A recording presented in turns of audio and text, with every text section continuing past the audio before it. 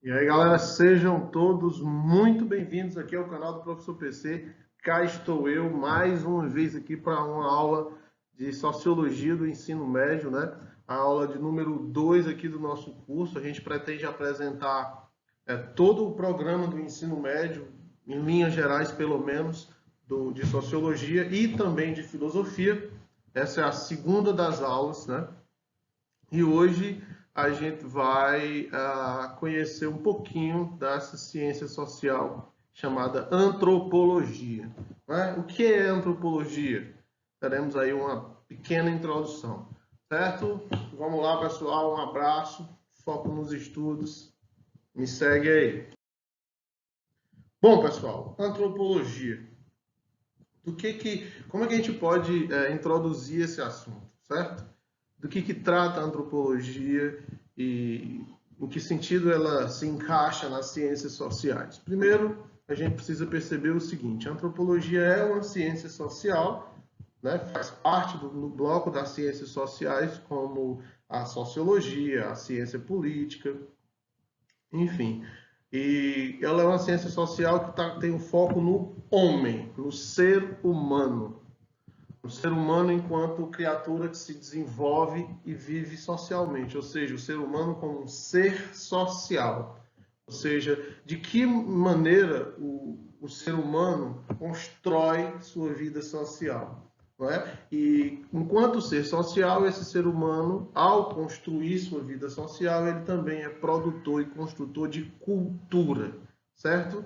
Então é o seguinte: antropologia, antropos do grego, antropos significa homem, logia, né, tem discurso, é razão, né, e aqui esse contexto quer significar a ciência, o estudo do homem. Então, nós temos então o seguinte: nós temos o que a antropologia é uma ciência social com foco no homem, o homem enquanto ser social e como ser social, o homem como produtor de cultura. E, na verdade, nós veremos ao longo do curso que nós não falamos de cultura humana, nós falamos de culturas humanas. Tranquilo?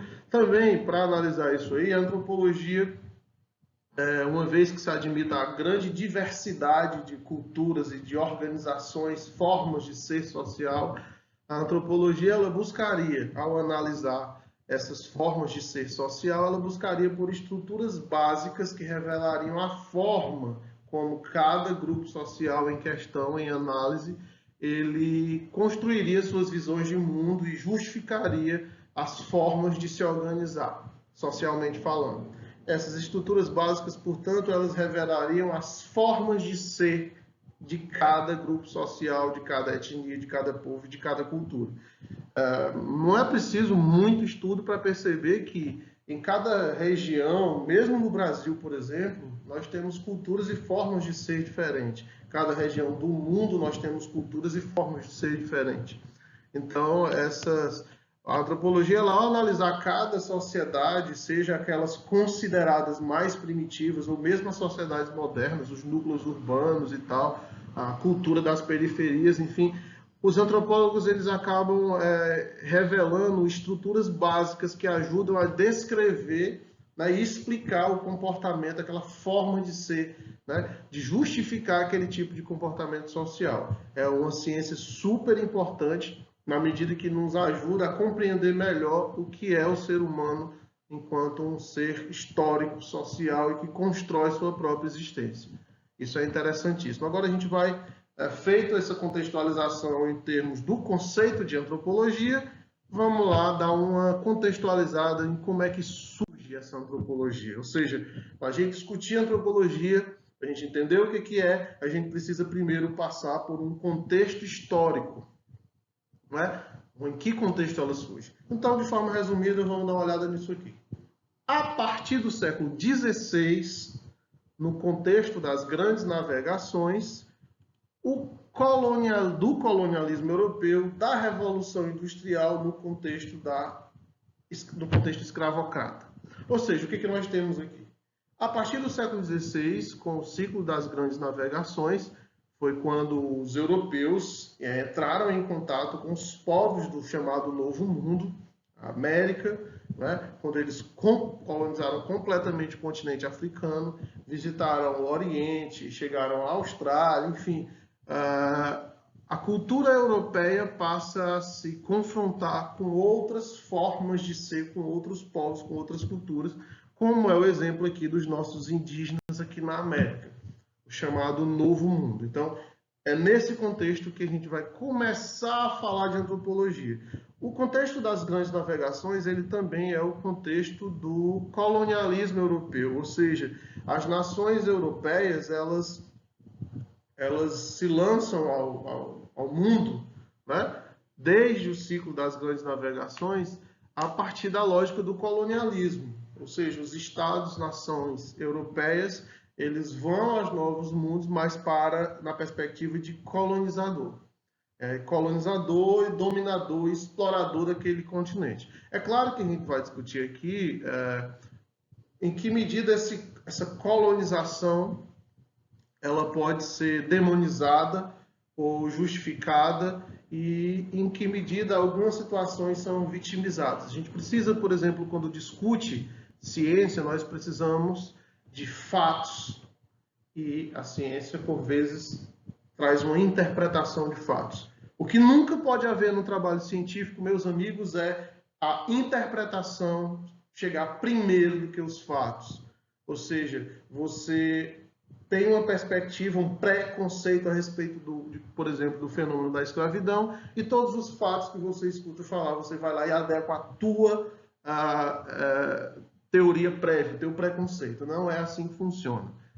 Na ciência, primeiro você tem os fatos, e a partir da análise e comparação de fatos é que se constrói uma teoria que procura explicar aquele ponto de vista. Então, nós falaremos aqui do contexto das grandes navegações, ou seja, do momento do contato dos europeus com o Novo Mundo e do colonialismo europeu. Também isso tudo, já a partir do século XIX, a gente vai estar inserido também no contexto da Revolução Industrial consolidada lá na Europa, principalmente na Inglaterra, e não podemos perder de vista, é claro, que essa época é uma época onde nós estamos perfeitamente dentro do contexto escravocrata. Ou seja, nós temos o povo europeu em contato com novos povos, entre os quais os indígenas americanos, por exemplo.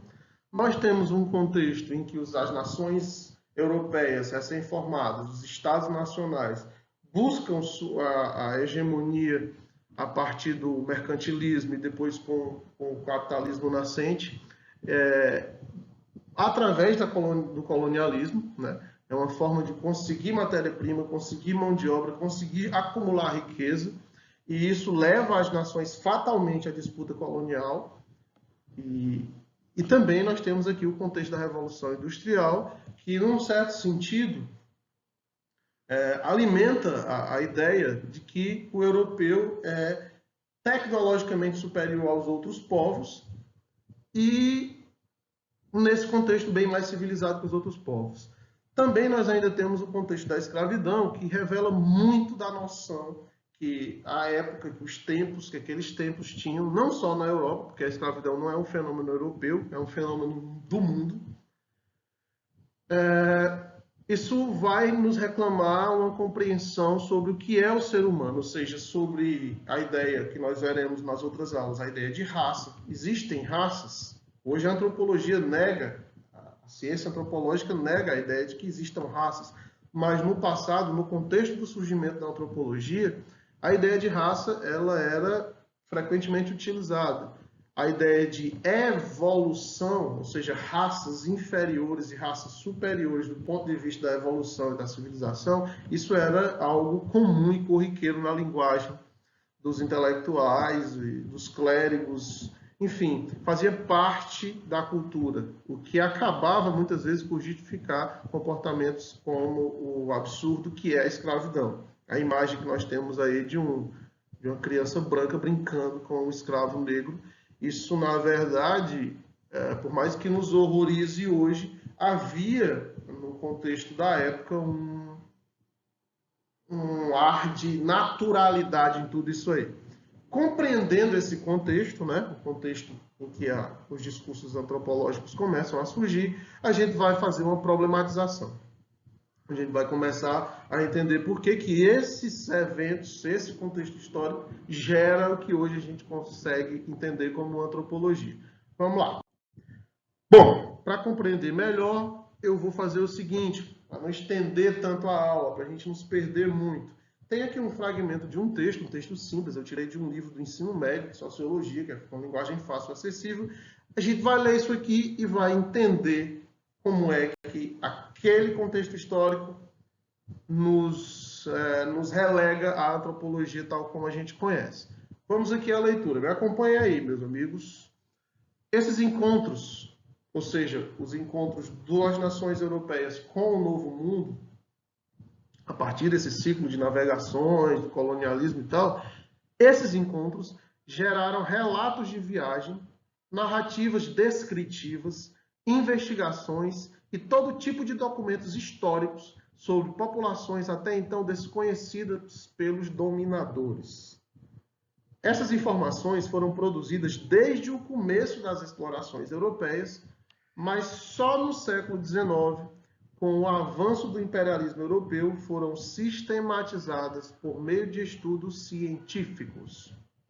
Beleza. O que a gente acabou de ver aqui? A gente acabou de ver que é o seguinte, que todos os encontros, ou seja, todos os eventuais contatos entre o europeu e as nações do Novo Mundo, os outros povos de outras culturas, esses encontros, além de serem absolutamente curiosos, dada a enorme diferença entre o modo de ser europeu e o modo de ser dos indígenas, dos povos africanos e dos orientais, né, chineses, por exemplo, a cultura chinesa é absolutamente diferente da europeia e não menos grandiosa.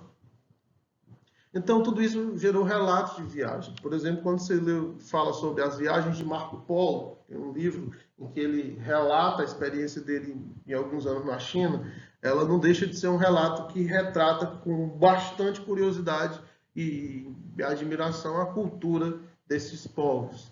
Essas narrativas, por exemplo, a Carta de Pero Vaz de Caminha, que é escrita quando do contato dos portugueses aqui com os indígenas brasileiros, onde ele narra como que é a nossa terra, como que é o comportamento dos índios e todas as impressões deles, certo? Isso acaba virando documentos, né? E os naturalistas que vinham para cá e desenhavam, escreviam suas impressões sobre a fauna, a flora e os próprios habitantes, os nativos, né? Que eles consideravam exóticos e tudo mais.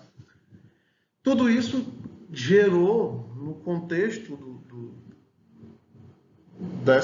do colonialismo europeu, uma série de informações, né, desde o começo dessas explorações e que mais tarde, por uma razão que nós vamos ver agora no próximo slide, acabaram sendo sistematizadas, né, por meio de estudos científicos, e isso aí virou, né, se tornou a antropologia.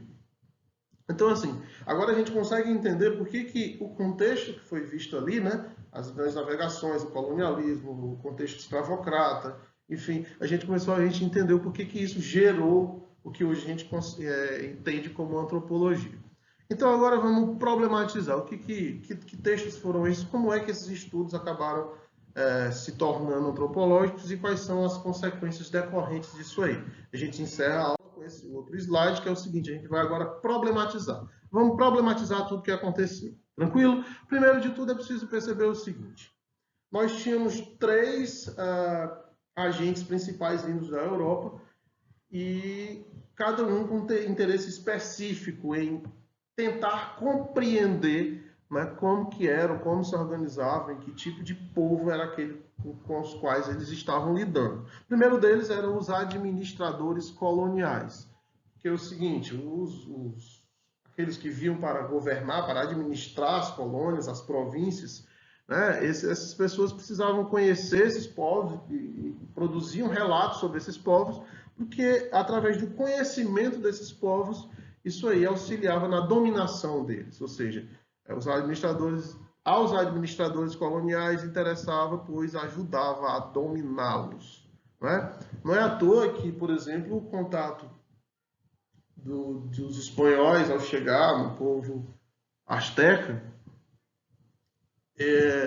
a galera começou a perceber que de alguma maneira os astecas tinham recebido os europeus com um ar de místico e tal. Os europeus, ao compreender aquilo, acabaram utilizando isso a favor próprio, não é? Os europeus, os espanhóis foram recebidos pelos astecas, foram levados até o imperador asteca na época, como se tivessem recebido deuses, enfim. E isso muito por conta da cultura, da religião, da forma de ser do nativo americano. E isso foi, sim, utilizado a favor da exploração e da dominação do europeu. Tranquilo? Então, uma outra figura dos europeus é a figura do missionário. Compreender a cultura do povo local ajuda a converter, na elaboração de instrumentos para a conversão daquele povo nativo. Não é?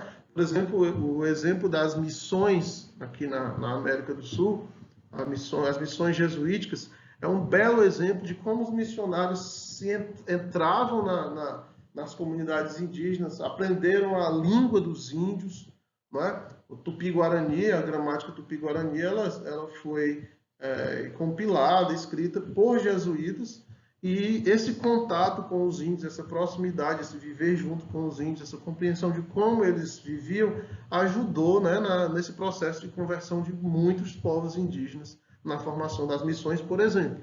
E ainda a gente tem um outro elemento, que é o elemento do comércio. Os comerciantes, né, no intuito de vir nos novos continentes, nos novos mundos e produzir riquezas, eles precisavam lidar com esses nativos e também precisavam conhecer como que esses nativos se comportavam e tal, porque dessa maneira eles conseguiam, né, descobrir como produzir riquezas, como negociar, como lidar com aquele povo. Então é o seguinte, isso que a gente está colocando aqui nos diz o seguinte, que aos colonizadores europeus, aos europeus, em todos os sentidos, interessava compreender esses novos povos curiosos e tão diferentes deles próprios, né? Por razões distintas, como a gente acabou de ver. E então é o seguinte, o que é que nós temos? Nós temos, então, até aqui, uma cultura que se autodenominava civilizada, e é bem compreensível que se diga isso, e o contato dessa mesma cultura com outros povos tão distintos, tão diferentes, que acabavam passando a noção de serem incivilizados, ou, para usar as palavras de alguns colonos, selvagens, certo? Nós temos, por exemplo, relatos de europeus que consideravam, por exemplo, os indígenas sul-americanos como verdadeiros selvagens comedores de gente, o que de fato não é um argumento sem evidência, porque nós tínhamos várias e várias tribos canibais. Mas também temos relatos de colonizadores que consideravam a vida dos indígenas e aquela vida dos nativos americanos como, na verdade, um paraíso perdido na Terra. O próprio Rousseau, o filósofo Rousseau, utiliza a imagem desses povos para falar, por exemplo, da ideia do bom selvagem, aquele que não fora corrompido, que vivia em estado de natureza pura e que não fora corrompido pela ganância, pela todas as mazelas da sociedade moderna e civilizada, com todos os seus vícios, enfim. Mas o que é preciso a gente discutir aqui? Primeiro é que, fosse qual fosse o texto ou a justificativa produzida naquela época, uma ideia perpassava todos esses textos. Era a ideia de progresso.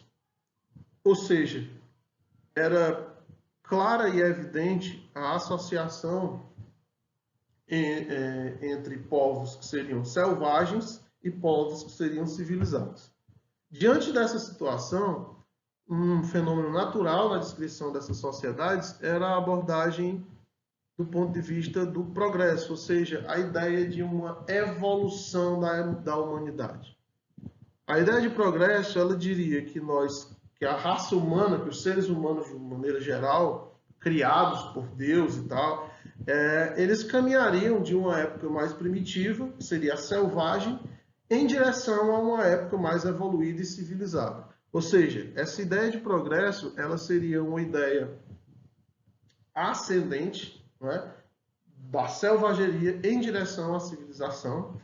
E, nesse sentido, algumas consequências práticas são geradas a partir dessa perspectiva.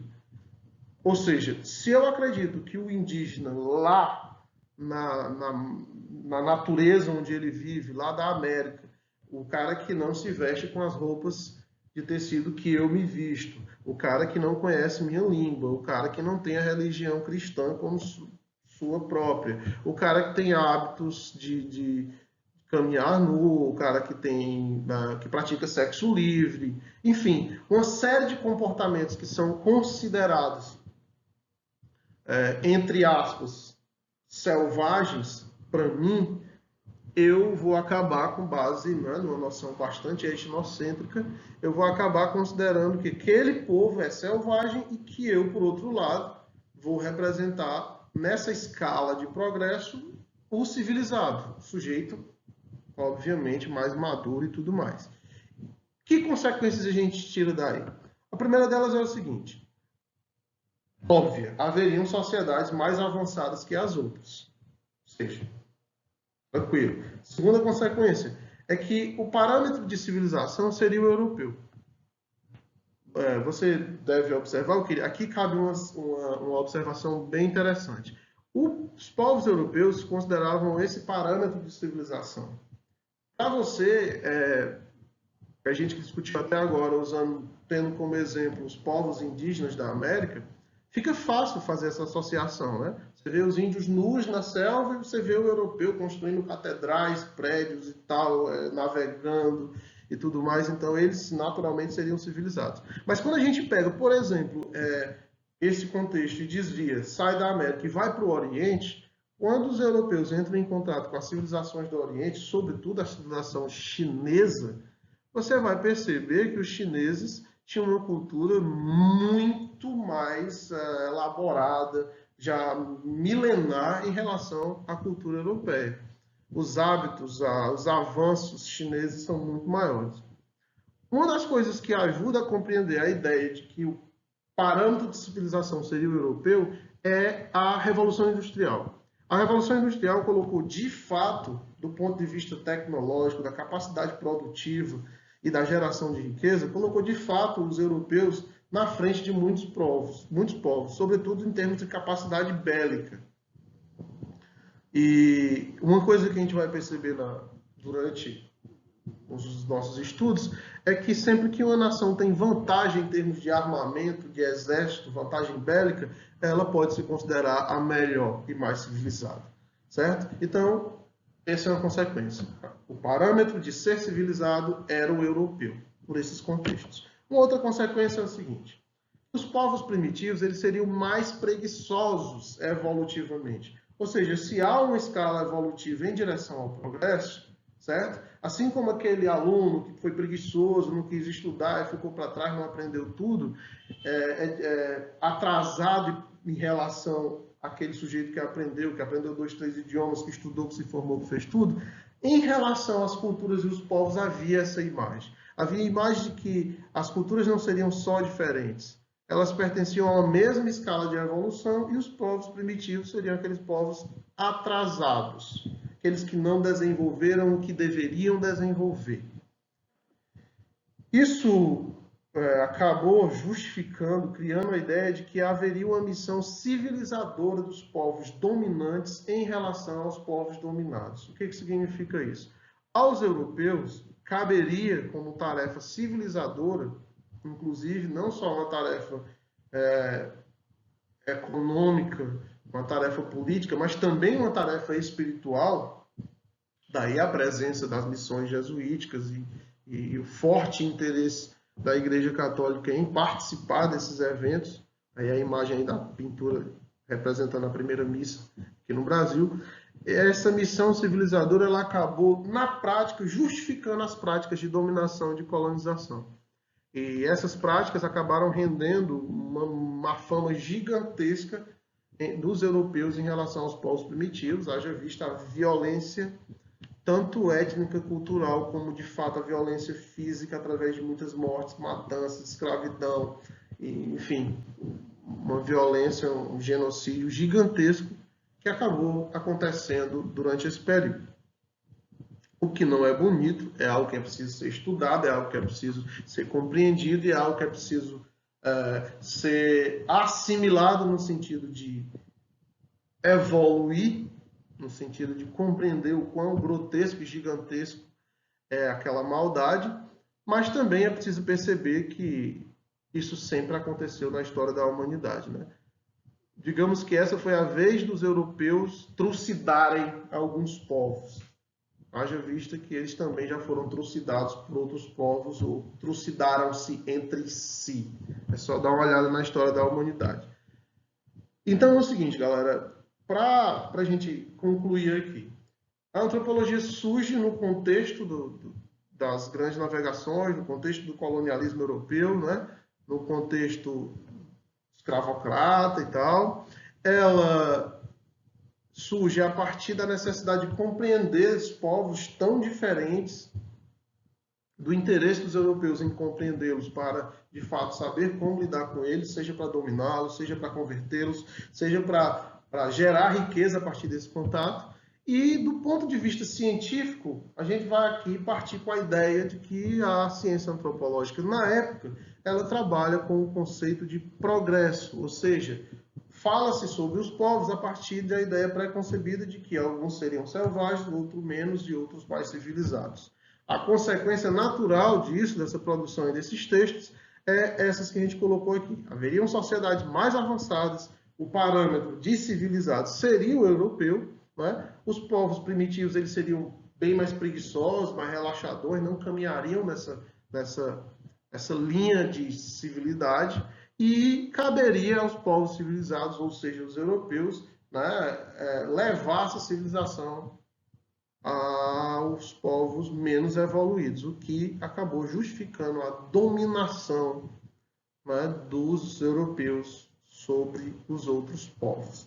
Beleza, moçada? Então é o seguinte, eu acho que já tem informação demais, a gente já fez um esboço histórico, dá para ser hoje, agora você já consegue entender a partir dessa aula o que é antropologia, o que é que estuda e tal. Os conceitos mais específicos a gente vai de miudinho em miudinho explicando tudo bonitinho. Eu acabei deixando aqui algumas sugestões de aprofundamento, se você gostou do tema. Eu deixei 2 livros que fala, que um é do Svetan Todorov, que é A Conquista da América, a Questão do Outro. É um livro que fala sobre esse processo, né, de dominação da América pelos europeus e a relação entre o europeu e o indígena, o nativo.